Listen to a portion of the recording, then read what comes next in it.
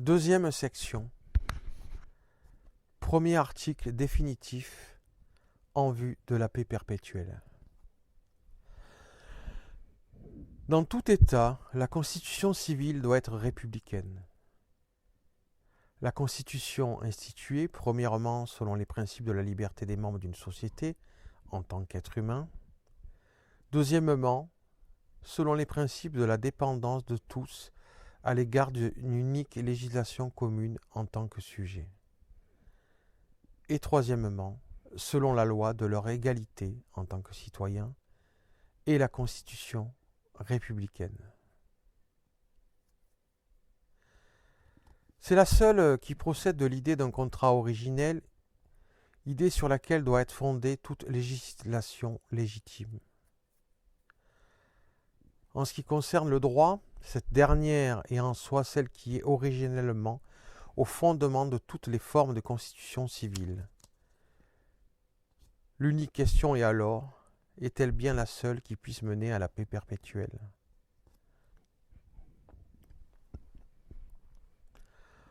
Or, la constitution républicaine, outre qu'elle soit la limpidité de son origine au fait qu'elle prend sa source pure dans le concept même du droit, nous offre en plus la perspective de la conséquence souhaitée, à savoir la paix perpétuelle. En voici la raison. Comme cette constitution l'implique inévitablement, l'accord des citoyens est requis pour décider s'il faut faire la guerre ou non.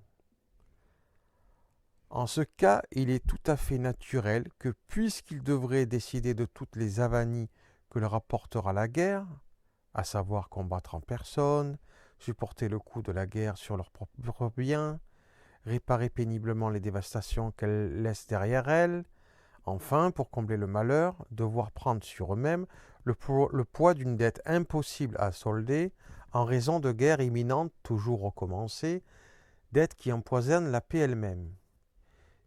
Fermez la parenthèse. Ils y réfléchiront à deux fois avant de se lancer dans un jeu si dangereux. Je vais répéter la phrase sans la parenthèse. En ce cas, il est tout à fait naturel que, puisqu'ils devraient décider de toutes les avanies que leur apportera la guerre, ils y réfléchiront à deux fois avant de se lancer dans un jeu si dangereux.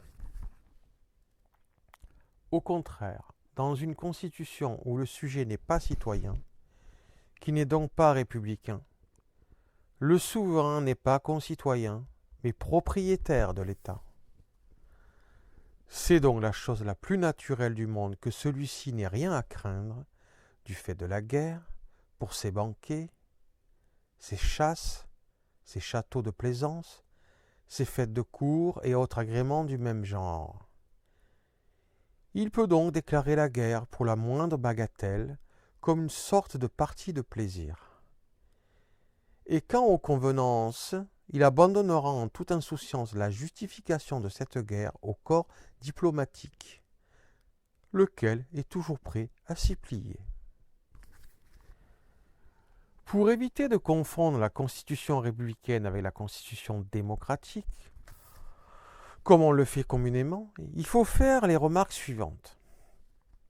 Les formes d'un État peuvent être divisées soit d'après la distinction entre les personnes qui détiennent la souveraineté, soit d'après la manière dont un peuple est gouverné par son souverain, quel qu'il soit. La première s'appelle proprement de la domination, et il ne peut y avoir que trois. Il peut y en avoir que trois. En l'occurrence, ou bien le pouvoir souverain est détenu par un seul, ou bien par quelques-uns qui se sont alliés entre eux, ou bien par tous ceux qui forment la société civile. Entre parenthèses, autocratie, aristocratie ou démocratie, pouvoir du prince, pouvoir de la noblesse, pouvoir du peuple. La seconde est la forme du gouvernement. Elle se rapporte à la manière fondée sur la Constitution, entre parenthèses, l'acte de la volonté générale grâce auquel la multitude devient un peuple, fermez la parenthèse, dont l'État use de son pouvoir absolu. Je vais répéter la phrase sans la parenthèse. Elle se rapporte à la manière fondée sur la Constitution dont l'État use de son pouvoir absolu. À cet égard, elle est ou bien républicaine, ou bien despotique. Le républicanisme est le principe d'un État où le pouvoir exécutif est séparé du pouvoir législatif. Le despotisme repose sur le principe de l'exécution arbitraire des lois qu'un État s'est données à lui-même, autrement dit la volonté générale, pour autant qu'elle est exercée par le souverain comme sa volonté privée. Parmi les trois formes d'État, la démocratie au sens propre du terme est nécessairement un despotisme.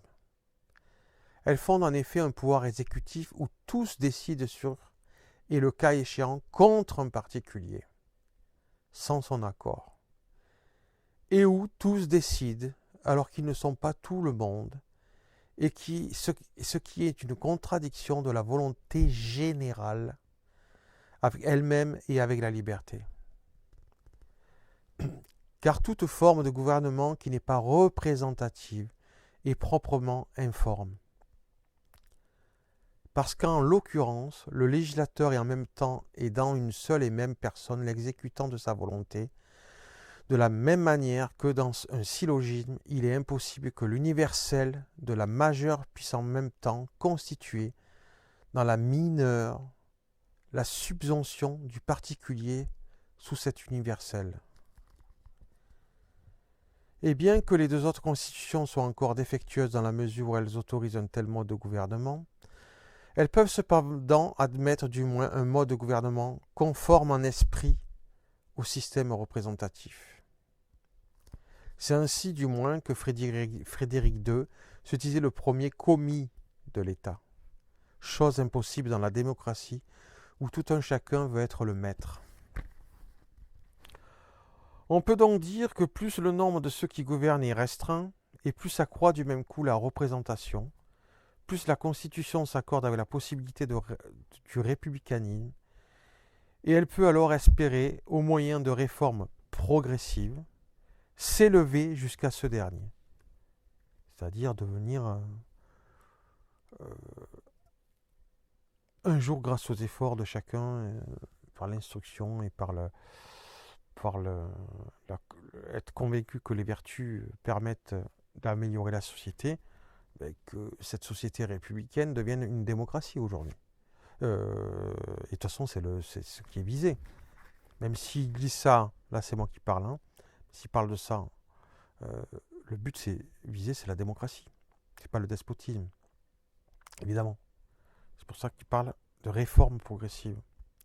Je continue. Pour cette raison, il est déjà plus difficile dans l'aristocratie que dans la monarchie, et en revanche impossible dans la démocratie, de parvenir à cette seule forme de constitution parfaite du pouvoir du point de vue, je vais répéter. Je suis un petit peu fatigué, il faut que je boive un coup. Pour cette raison, il est plus difficile dans l'aristocratie que dans la monarchie, et en revanche impossible dans la démocratie, de parvenir à cette seule forme de constitution parfaite du point de vue du droit autrement que par des révolutions violentes. Mais ce qui importe par-dessus tout au peuple, c'est la forme du gouvernement, plus que la forme de l'État. Même si le plus ou moins grand degré de conformité à ce but n'est nullement négligeable. Or, ce mode de gouvernement peut être conforme au concept du droit, doit impliquer un système représentatif. C'est la seule qui rend possible un mode de gouvernement républicain, et sans lui, quelle que soit la constitution, le mode de gouvernement est despotique ou tyrannique. Alors, despotique, on dit, sinon la forme de gouvernement est despotique ou tyrannique. Despotique, je pense qu'il l'attribue plutôt à un gouvernement, un despote, et tyrannique à la démocratie. Effectivement, ça peut gêner certaines personnes que l'on dit cela, mais il a dit juste avant que la démocratie a tendance à ne pas respecter la liberté. On pourrait rajouter l'état de droit, on voit un petit peu le communisme, ce qui s'appelait démocratie, je rappelle. Hein. Le communisme se prétendait la seule et vraie démocratie. Hein. Donc on ne respecte pas la liberté, les minorités qui peuvent parfois être substantielles, hein, mais on les soumet quand même, même si elles font... Bon. Et la liberté, et l'état de droit, donc les minorités et la liberté. En démocratie, genre tyrannique, ben, c'est ce que l'on voit. Toutes ces choses-là ne sont pas respectées. Alors, je ne suis pas contre la démocratie, mais la démocratie, si on la veut, elle doit être exécutée en responsabilité, donc doit être le plus localement possible, exercée localement possible. Moi, je suis pour. Hein. Je suis plutôt pour ça, d'ailleurs. Avec subsidiarité, c'est-à-dire que tout ce que peuvent faire les citoyens les plus proches du pouvoir eux-mêmes, eh bien, ils le font eux-mêmes. Hein. Moi, je suis pour ça, évidemment. Mais automatiquement, si les citoyens, par rapport à leurs propres besoins, ne veulent pas, tous leurs besoins quelque part, ne veulent pas s'en occuper eux-mêmes, ou au plus proche d'eux-mêmes, avec leurs concitoyens les plus proches, c'est ce qu'ils ne veulent pas la démocratie en fait. C'est-à-dire s'ils ne veulent pas plus de démocratie participative et donc plus de démocratie locale, et donc d'être capable de s'associer avec leurs voisins pour tous les sujets, pour traiter de tous les sujets, ils ne sont pas habilités de prétendre qu'il faudrait une démocratie sur un territoire plus large plutôt qu'une république. Même si il ne faut pas oublier ce que j'ai déjà dit, les républiques, son but, bien sûr, c'est d'aller vers de plus en plus de démocratie locale plutôt que vers le despotisme. C'est pour ça que, en fait, les choses sont évidentes. C'est pas contre la démocratie de dire ça. Et d'ailleurs, normalement, il devrait y avoir, grâce aux technologies et l'éducation des citoyens, de plus en plus de démocratie locale. Par exemple, oui, disons ça, démocratie locale, oui. Entre guillemets, de démocratie locale dans les communes, etc. Après que, bien entendu, on est tous d'accord sur les valeurs, les principes fondamentaux, les droits et libertés fondamentales.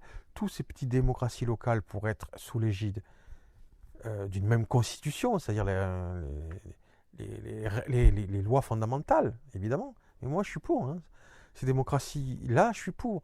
Mais sur un grand territoire, aujourd'hui, j'en suis persuadé. Enfin, je l'étais un petit peu persuadé, un petit peu, mais c'est plutôt certains qui me...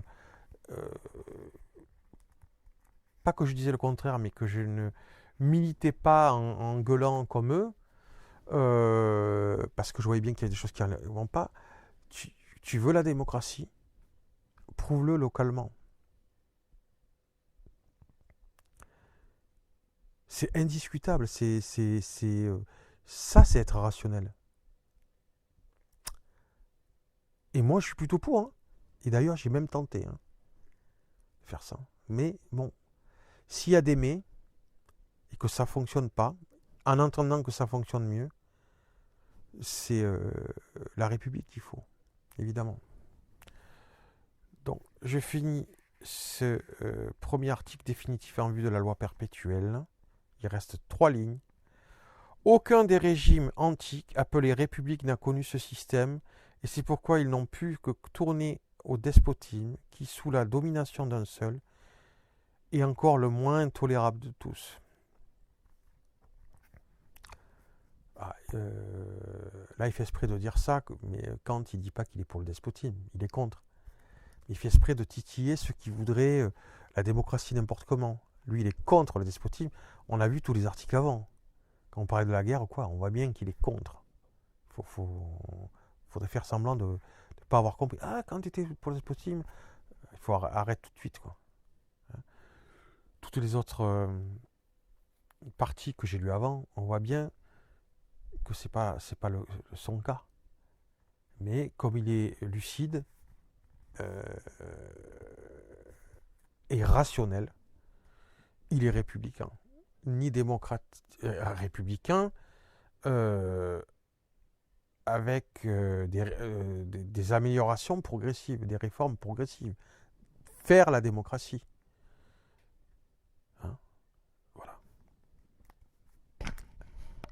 Et bien je vous laisse, c'est terminé pour le premier article définitif en vue de la paix perpétuelle.